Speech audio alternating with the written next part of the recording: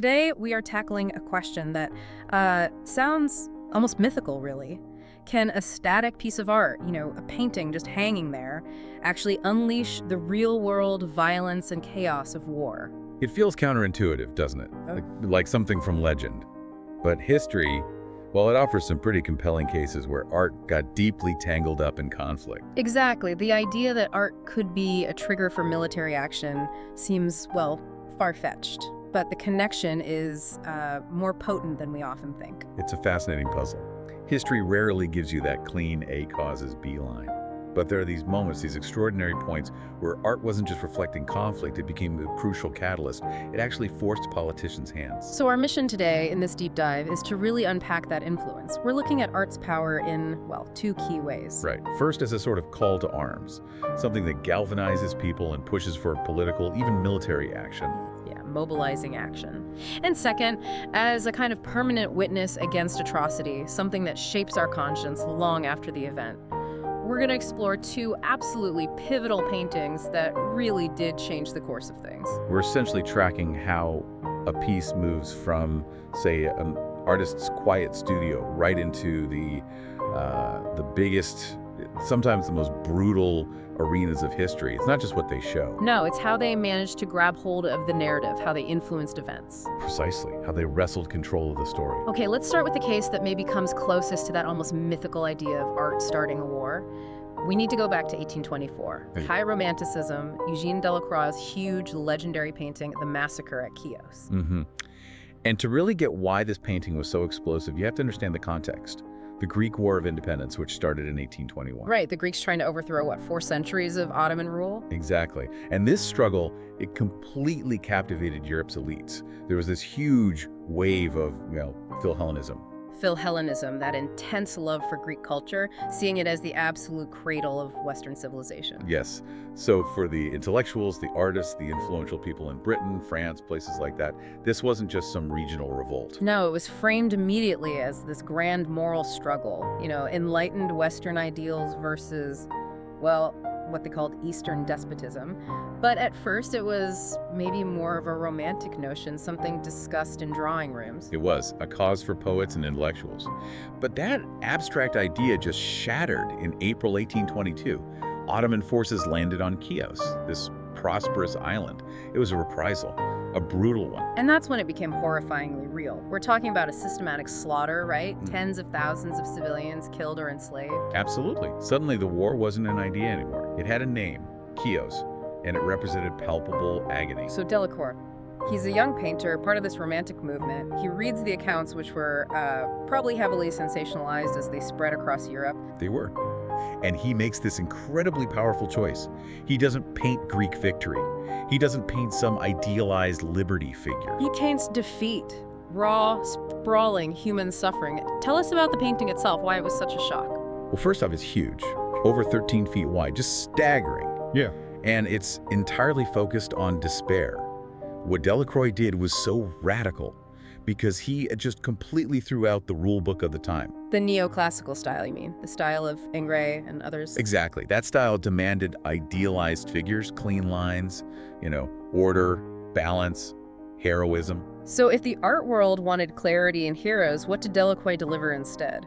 Chaos, psychological devastation, a landscape of just broken, dying Greek civilians scattered everywhere. There's that mother staring blankly into space, completely lost. Yeah, I remember that figure. And the couple embracing, sort of one last gesture. And then in the background, you get the savage energy from the Ottoman soldiers on horseback. They dominate the scene. So it's messy, it's immediate, it's not heroic. Not at all. Well, which is why some critics hated it. They famously called it a massacre of art itself, because it broke all those neoclassical rules. It felt raw, almost unfinished to them. But that technical choice, that messiness, that was part of its power, wasn't it? And where he showed it is key too, the Paris Salon in 1824, the official state-sponsored art exhibition. Absolutely crucial. The Salon wasn't just some gallery opening, it was the gateway for official French art, governmental taste. So Delacroix was basically throwing this raw, political, anti-classical statement right in the face of the establishment. It was like visual journalism, but before photography existed. Precisely. It dragged the horror of this, what was for Parisians, a distant war, right into their world. You couldn't ignore it. And the public reaction. Visceral. Electrified, horrified. It gave that Philhellenist movement its most potent symbol yet. This visual agony arrived just as news spread about Lord Byron's death. The poet hero. He'd actually gone to Greece to fight, right? Died there. He did. So you had this potent mix. Delacroix's shocking image, the widespread grief and romanticism surrounding Byron's death. It created enormous public pressure. People weren't just sympathetic anymore. They were outraged. They were raising money. It was like a popular mandate for someone to do something. Exactly. It gave the politicians the cover they needed, or perhaps forced their hand. Standing aside became politically very difficult. So how quickly did that public feeling turn into, well, actual military intervention? Surprisingly quickly, actually. That's the remarkable part. The public pressure, really fueled by works like Delacroix's painting, made inaction untenable for the big powers. Britain, France, Russia. Yes. By 1827, they intervened. They sent their combined fleets, crushed the Ottoman navy at the Battle of Navarino. That battle was decisive. It secured Greek independence. So Delacroix's painting didn't start the war? No, not directly. But it was the emotional accelerant. It reframed the whole thing, turned a regional conflict into this urgent moral crusade. It basically convinced three empires it was time to draw their swords. That's art as mobilization. Incredible. The diplomatic weight of a canvas. Okay, let's pivot now. Jump forward a century or so. If Delacroix showed art maybe helping to load the gun. Metaphorically speaking, yes. Then our second case shows art as this permanent, damning witness against war. We have to talk about Picasso's Guernica from 1937. Right, and this shifts the whole conversation. We're in the 20th century now. Wars are mechanized. Mass slaughter from the air is becoming a reality. The artist's role changes. It's less about calling for intervention, maybe, and more about issuing this universal cry of protest. The context here is, of course, the Spanish Civil War, a brutal testing ground for ideologies and new, terrifying military tactics. And the specific event that sparked Guernica was one of the first horrifying examples of modern air raids deliberately targeting civilians. Guernica, April 26, 1937. The German Luftwaffe's Condor Legion, flying for Franco's nationalists, just obliterated this small Basque town. It was a trial run for terror bombing. Yeah.